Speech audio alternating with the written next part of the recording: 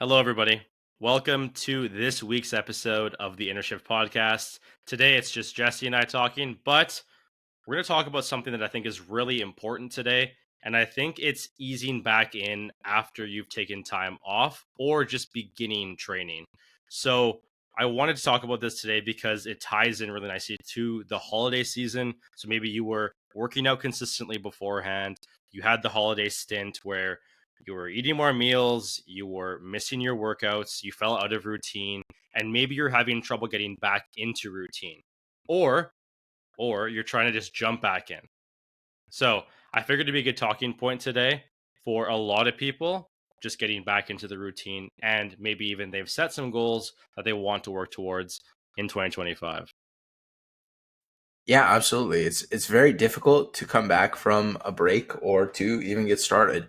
And one of the hardest things there is to do is get started, especially when you're one of those people that feel like you've started 500 times throughout your life and you've never been able to stay consistent.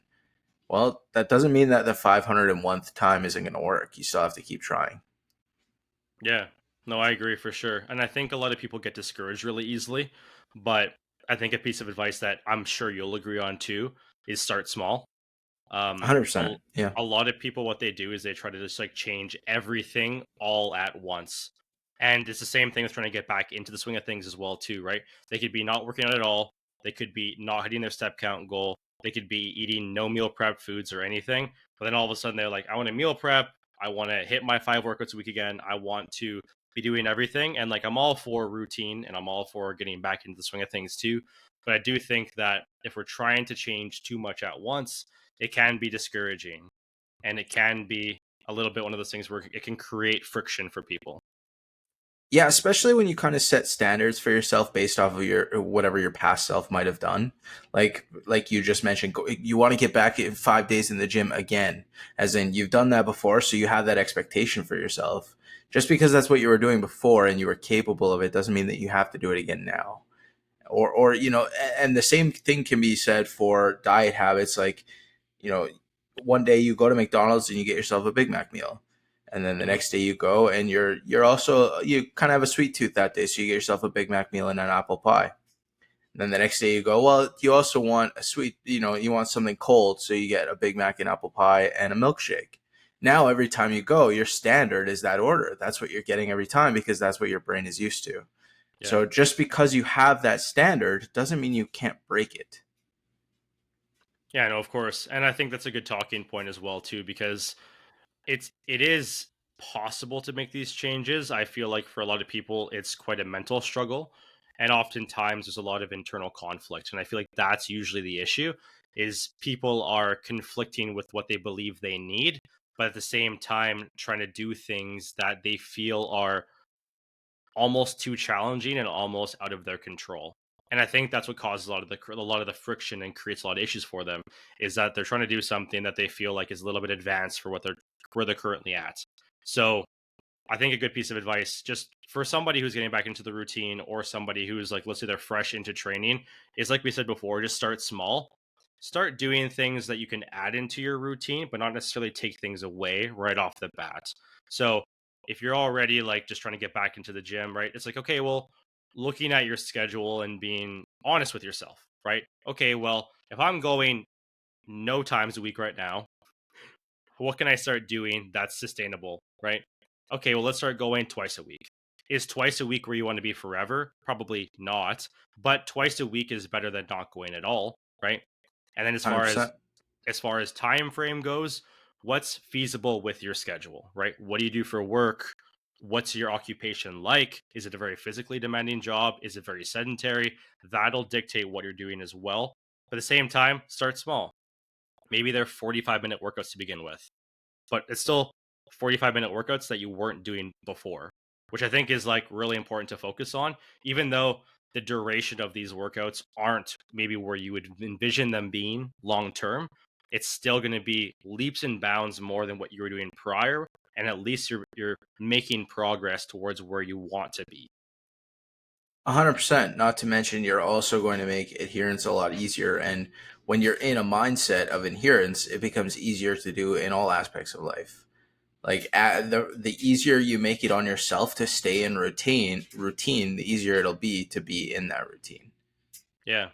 Yeah, and I think a good talking point here too, and I'm sure you'll even agree to this considering I know what you ate for a while, is to not try to get super glamorous with your meals because otherwise you're making that shit for social media, right? You're making it for the people to say, "Oh, that looks good. Oh, that looks good." But like again, you have to think about what is sustainable and what could you adhere to, right? If you can make delicious food, I'm not saying don't make delicious food, but if you're making food that's very presentation worthy and you're posting the food for likes and for views, then you have to think, is this sustainable with your current circumstances?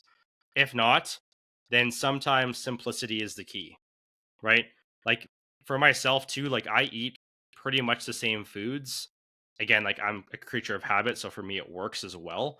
But for me, it's also just like less mental juice and less mental power to focus on what I'm eating.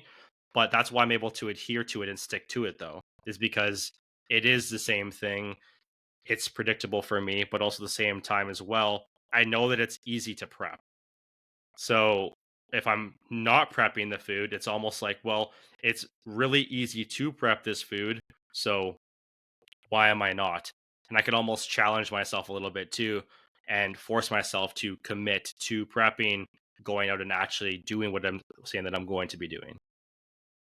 Yeah, absolutely. I agree. I eat roughly the same. I want to say I cycle through about the same 10 meals, roughly. Yeah. And I mean, well, okay, 10 dinners and maybe like probably only like 6 lunches. I'm very simple for lunch. And I generally only eat twice a day currently, but that's not saying that you should be.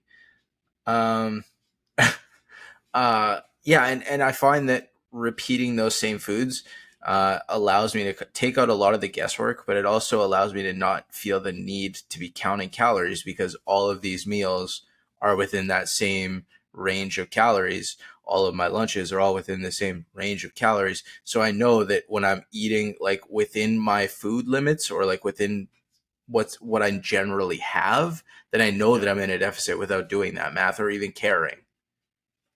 Yeah. No, I agree. And that there's something to be said about that too, right? Because then you're worrying less about the variance, which is contributing to the fluctuation of the food that you're currently eating. But not only that, too, like if you're constantly changing the foods that you're eating, like how your body responds to it is always going to be a constant thought too, right? If you're constantly changing the foods that you're eating as far as like protein sources, carb sources, and everything, maybe it doesn't do well with you digestion wise. Maybe maybe you get a bit of a flare up. Maybe you experience some issues, and then all of a sudden you're missing some work or whatever it may be, and like that's just also stressful, right? So for me, honestly, I usually recommend to most of my clients like find foods that you like, find foods that that you enjoy, that you could easily adhere to, that are easy to prep, and that you can actually have a lot of variance with. Like I'm a big like lean ground beef or extra lean ground beef person because you could do so many different things with extra lean That's ground my beef. favorite protein too. Yeah. Yeah, and you and I talked about it. I think like maybe it was off the books, maybe it wasn't on a podcast, but we talked about like you could bulk cook a bunch and just like freeze a bunch of it too. Like And it can be that's used for so many different things. Like yeah, there's like 15 different recipes you can make with it that sure they may all be very similar or a lot of them are very similar, but ultimately it changes the flavor profile and like the eating experience enough that it feels like different meals. yeah, yeah. And it's just fantastic macros. Like it's really hard to go wrong with ground beef, honestly. Extra lean ground beef. Yeah, and like to give people some ideas too, right? You could do like a big goulash where it's like pasta, lean ground beef, veggies all in one pan, right? That's super convenient. You could do a rice and ground beef mixture, right? Have the rice on the side with some sort of veggie too. You could do tacos, you could do a taco salad, Burritos. you could do burritos, you could do like endless things. You could even do like chilies, right? You could use chili, you could use ground beef in the chili too, and there's like just so many options for ground beef. And I also find for me too, it holds longer than chicken. So when you cook the ground beef, like let's say you prep it on like a Sunday or like a Monday or whatever it is, right? You're not worried about giving it the sniff check by like Wednesday. Yeah. I find Yeah, like very true. it holds better, so you're not too worried about if this food's going to go bad. And that for me is also just less mental stress too, because if I'm like hitting midweek and I'm like, is this food good still? Am I going to have to actually like prep some more food? Like that for me is just adding to my plate as well. So not that I'm saying you can't do chicken obviously, but I think the whole point of this is, again, find foods that you can actually have some variance with, alter things out, make some easy swaps, and then all of a sudden you're having a little bit of variety within your diet, and you're going to be able to enjoy it more. And more enjoyment means more adherence. More adherence means you're going to sustain it longer term. So That's the like part of my one-on-one onboarding call. Like one of the first things I interact with any client is I just say, for the next week, I want you to pay attention to everything you eat, not while you're eating it, but 40 minutes to an hour after. I want you to mark how full you feel, how much say or how full you feel, yep, how tired you yep, are, how much energy yep, you have, do you feel bloated? Like every marker of how you feel. yep, Do you even feel do you feel happy? That yep, like that's a legitimate thing that can happen from food. yep, And you, by taking that information and then comparing it to nutritional values, that's the easiest way to decide like what you should be eating.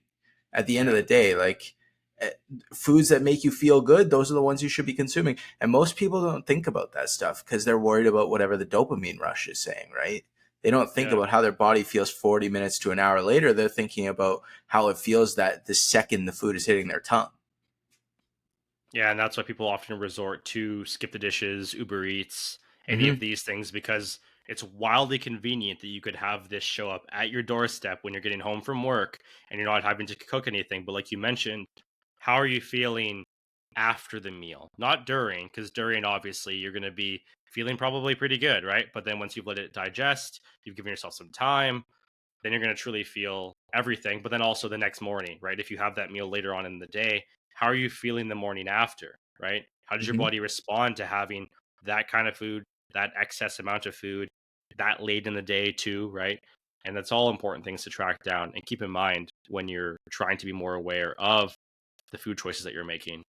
The next portion of this that I wanted to discuss too was around the workouts. I feel like within people wanting to either start their resolutions now or they had a little bit of a hiatus due to the holidays. They feel like they kind of have to go in full bore, all or nothing mentality. They have to just jump straight in and they have to do everything, right? They have to do this and that and this and that. I would say for the most part, find a split that's going to work best for you. But one thing that I wish I knew early on in my lifting career is that recovery is super, super, super important. And I cannot stress the importance of recovery enough. So, what we want to make sure that we're doing is that we are doing things where we're able to give our body adequate time between sessions to recover from. So whether it's a split where you're maybe doing upper body, lower body, rest, upper body, lower body, maybe you're like pretty new, right? You want to work out 3 days a week. Maybe it's a push day, rest day, pull, rest day, legs, right? Or maybe it's full body days, right? Maybe it's a full body day Monday, rest day, full body day, rest day, full body day. Again, what we want to focus on is the recovery component of this because I think people think about, well, I have to just keep moving. The more that I work out, I'm going to be able to, in turn, burn more calories. I'm going to be able to get towards my goals faster, which, yes, for sure. But I think the common issue here is people do too much.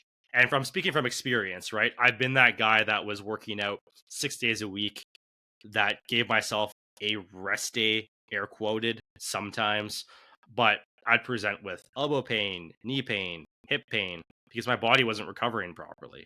And as soon as I cut back the amount of days that I was working out, my body was recovering better. I was seeing more progress. I was building more muscle. I was feeling better. My sleep was better. My energy was better. There's so many layers to it, but I think just somebody getting new into this, focus on just the recovery, being efficient with the time that you're there. So if you're there for 45 minutes, be efficient with the time that you're there and also just enjoy the workouts, right? Make sure you're having fun and make sure that you're able to build on those things because the biggest thing we want to be doing as well is progressing upon what we're doing every week as long as technique and everything is looking good and feeling good. But we want to make sure that we're just gradually pushing the needle forward on these things. Yeah, one might say it's a progressive overhaul. Yes, no pun intended. uh, Yeah. uh, So I think you could also give some some unique input here as well too, just with your new clients that you're taking on now. Are they experiencing any kind of major hurdles regarding mindset, regarding working out, regarding nutrition going into 2025? If so, how are you going about navigating that with them? I mean, I think you probably would experience very similar that most people have a lot of motivation right now.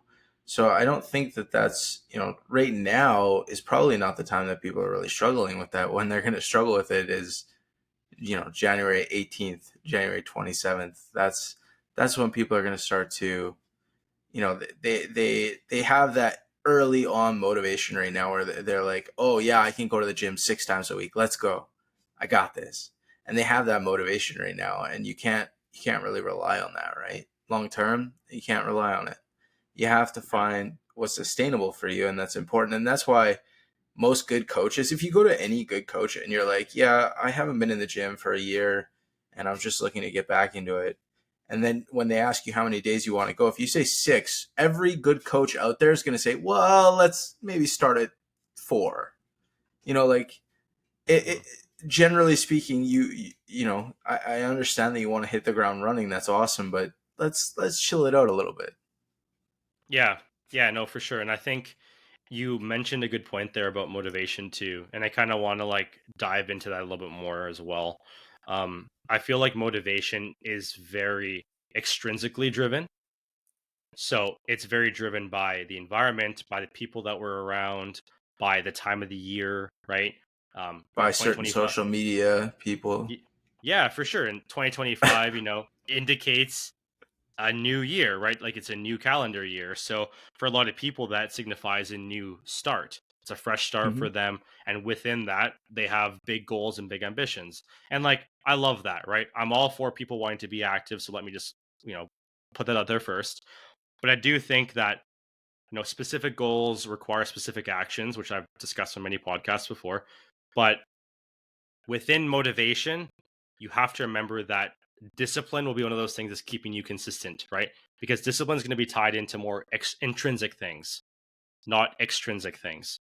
Because motivation is going to be tied into things around you. It's going to be very fleeting. There's going to be moments and times where it's very high, like right now, like Jesse mentioned. There's going to be a crazy high time for most people. You're coming off of the holidays, you maybe you saw a video that really fired you up, and you're like, "Fuck yeah, I'm gonna go right into the gym right now. I'm ready." But then like you'll face one hurdle, right? Maybe it's a week from now, maybe it's 2 weeks from now, and are you going to be able to continue through the hurdle, or is the hurdle going to derail everything and put a halt in the road and make you stop? So I wanted to quickly also talk about somebody's why. And you and I have talked about this on like many different other That was what podcasts I was before. literally the next thing I was going to say. Okay, well I stole that. I'm sorry.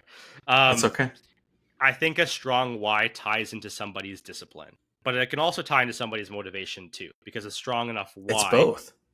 can extrinsically drive somebody. But I think the most important thing is that it intrinsically drives you. So going into this new year, like obviously the superficial goals are important. I want to lose weight. I want to gain muscle. I want to be stronger. Those are all great things, right? All good metrics of health. But think about the reason why you reached out to like Jesse or to me, or think about the reason why you're wanting to get into the gym. Not the reasons that you think you want to be there, but the actual Yeah. reasons that you want to be in the gym. Because those are the things you're going to have to think about when motivation drops, when you experience obstacles, because you will. It's not a matter of if, it's a matter of when and how frequently. So when you need to think about things that can keep you moving forward and things that are going to keep you working towards your goal, you have to think about your why. And your why has to be strong. There has to be It layers to it. has to be.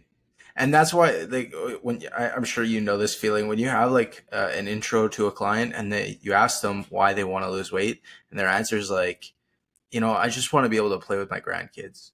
And you're like, okay, this person can do this. 100% they can, because immediately, like, having a why that's that powerful, is Yeah. always going to be able to drive your decisions and make things a lot easier.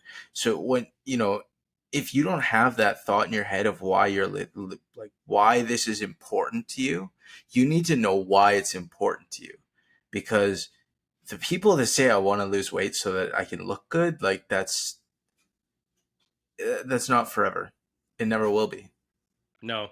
No, and like I'm going to talk about this quickly, and I think it's relevant to the episode that we're talking about right now. So, I was watching a podcast a while back, and it was the Diary of a CEO podcast, and I think it was Robert Greene that was on there, and he's an author, and I think he was the 48 Laws of Power. Can you fact check that for me? You want me to? I yes. It's he's a good author. Anyways, though, I'll let Jesse fact check that, and I will continue. But anyways, he mentioned on this podcast that after he wrote his first book, he actually had a Yes, stroke. that is correct. Okay, good. Thank goodness. He had a stroke, and he lost function of half of his body.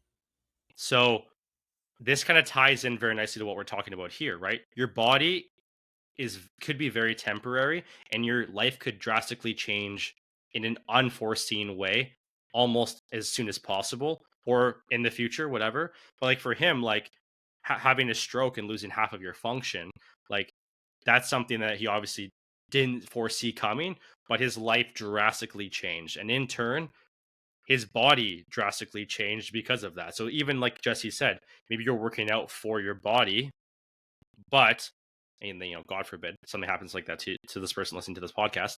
But if something were to happen to you, like that scenario for per se, your body would change drastically. So you'd have to remember, like, well, first of all, shift the focus. But what were the reasons that you were actually wanting to get into the gym to begin with? Because if it was just for the vanity reasons, if it was just for people being able to give you the affirmation, the reassurance, and all these things that are all extrinsic, it'll be a huge eye-opening moment if your life changes and you're not able to have that same quality of life, and in turn like you lose a piece of yourself. Yeah. That was a bit of a rant and a side note, but I thought it was all relevant to this because it's important to make sure that people are working out for the right reasons, and I think people often start for the wrong reason, but That's they true. stay That's true. they but they stay for the right reasons. I believe you're an example of that. Yes. Yeah. Yeah, I started for girls and realized soon that it was not for girls, and that you didn't get girls from working out, and saw all the numerous health reasons, and that's why I stayed. And then I realized that I love coaching, so here we are. Ah, there you go. Full circle. Yeah, full circle moment. So I kind of wanted to also talk about quickly any kind of mindset hurdles that people might be experiencing. And I feel like this all comes down to beliefs. And this all comes down to things that people might be experiencing that are fleeting and kind of regularly going on in their mind. So I want to talk about beliefs because I think beliefs are important in this regard. So if you are trying to go into a new endeavor, right, whether this is working out, this is something new just in general, doesn't have to be working out per se, you have to believe that you can do it. And this sounds obviously very obvious, right? You think about this, you're like, well, duh.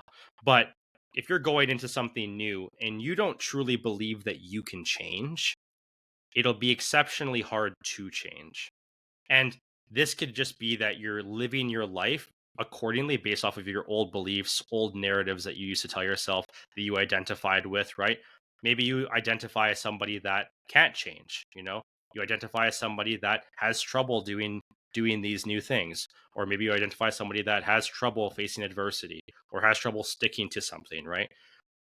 You have to change the mindset and change the thought process and believe that you can do this and that you can change. The more that I you mean, tell yourself that, there's a reason the placebo effect works, right? And that's yeah, because you believe in yourself. Like, belief in yourself has a very powerful force in the body, whether we recognize that or not. It certainly has a pretty immeasurable effect once you kind of have that moment of belief, or in some cases, I guess, just moment of not giving a fuck. But like in the sense of like case of like mother strength, I guess it would be my best way of putting that. But yeah, yeah, like believing in yourself. I believe Will Tennyson did a video where he had people lifting weight and told them that it was a lighter weight than it actually was. So like Exactly. he'd ask like, "What's your PR?" They say 175. Okay, well this is 145 on the bar. You got this, no problem. And then it would actually be like 185, and most people were able to do it. And it's like that just goes to show how much belief in yourself actually makes a difference. Absolutely. And you hear a lot of, we'll air quote, successful people. They talk about the many, many benefits of like manifestation, writing stuff down, right?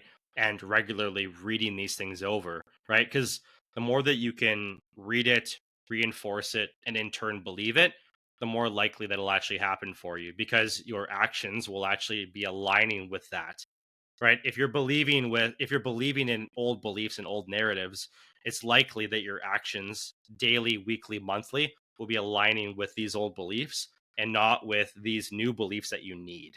And I heard a good post about this a while back, and I wouldn't know that I would agree to the fullest extent, but that for this new version of you to come into play, an older version of you kind of has to die in a sense. Sure. In a sense, sure. I think your old you will always be a part of you and an important part of you, but I understand what you're trying to say. I think when it comes to, in this example, the old version of you that would likely self sabotage, that would hold yourself back, that would carry a lot of these limiting beliefs, that version of you kind of has to, in a sense, air quote, die for you to actually grow into this new position and role in your life and for you to step into your new potential and be the version you want to be. Sure. I'll accept that. I still think old you is an important part of you, though. Yes, and I'm not. I think to give more to give more context here, because I'm sure I'm going to get blasted for this. Um, Obviously we talked about the three me's, right? I think we talked about Yeah. that like a couple podcasts ago. And Yeah. old version of you, the current you, and the future you, they're all tied together. And I don't think that, again, the old you obviously plays a big part in who you are today and who you're going to be. But I do think that the merit in this and the whole point of the this post that I saw is, if you're trying to be this new version of yourself, this person that does all these new things, that believes in themselves, that is living this life that they want to be living, it's really hard, arguably impossible to do that if you are still living in this past version of yourself. Yeah. No, that's true. You still have to evolve from that person. Um, Yeah. I don't know that they necessarily have to die. They're still a part of you, Bryce. Um, but yeah, that person does have to go away because you have to become present you. That's Okay, we want. normal. How about? We're we're rephrasing this. Yeah. Okay. This old version of you has to go on a plane ride. They just have to take a trip away. Yeah. They're still there. They're just not in the Yeah. foreground. Yeah. They have to go on a plane ride to an island uh, where there's lots of food. the old me would have liked an island with a lot of food.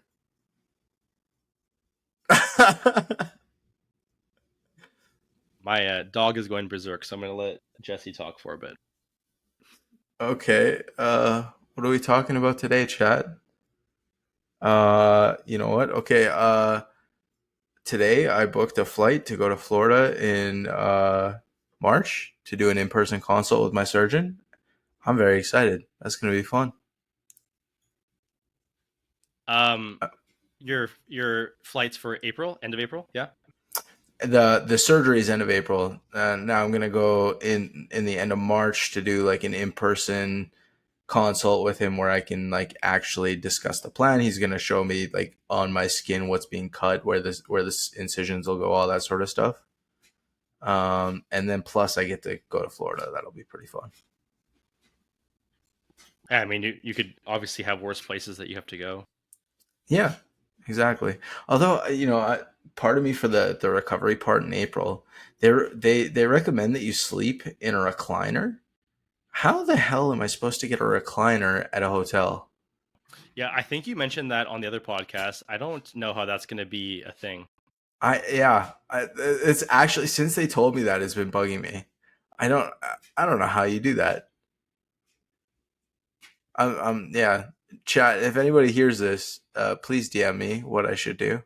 If you know, if you have a solution, Could you can you? Is there like a rent a chair place? Can you? Would a hotel let you bring an audit like a chair up to your room? could you just do the like old fashioned, like you're sleeping with a pillow behind you? I move too much. It wouldn't work. Yeah, So the whole I'm a bad sleep mover. I move a lot in my sleep. So the whole point of this is you can't move because of all of the surgery slash incisions, and Right. the more movement could cause Yeah. more reopening of stuff, which would in turn mean you have to stay there longer. Or Yeah. yeah, Yeah. Exactly. So I want to like sleep like as immobile as possible. Which for me, the only way that's happening is in a chair like that for sure. In fact, if anything, I need one with the arms that come up like here. yeah, no, I agree. I appreciate the save. The dog is now calm, so thank you for talking about your Florida. Yeah, you I put me on the appreciate that. spot there, Bryce. I know, but it was that or the dog. Yeah. Yeah, you're good.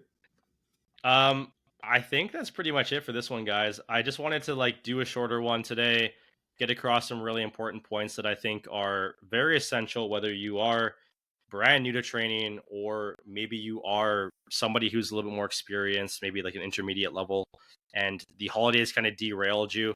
Um, just I think some points here is just you don't need to make a full change and be hitting the ground running with everything lined up. Take your time, figure out your why. I think it's one thing we discussed today. Figure out what's possible in your schedule, what's sustainable for you to do and adhere to, right? Find a split that works for you and your goals, right? Recover well. And we talked about food as well. Sometimes simplicity is key. Find foods that you enjoy, find recipes that are less mental friction and less mental stress for you, and you'll set yourself up for success. And then the mindset, or all around the beliefs, right? Not part of you dying because it's a bit intense and extreme, but setting that previous version of you on a plane to Mexico with no return flight.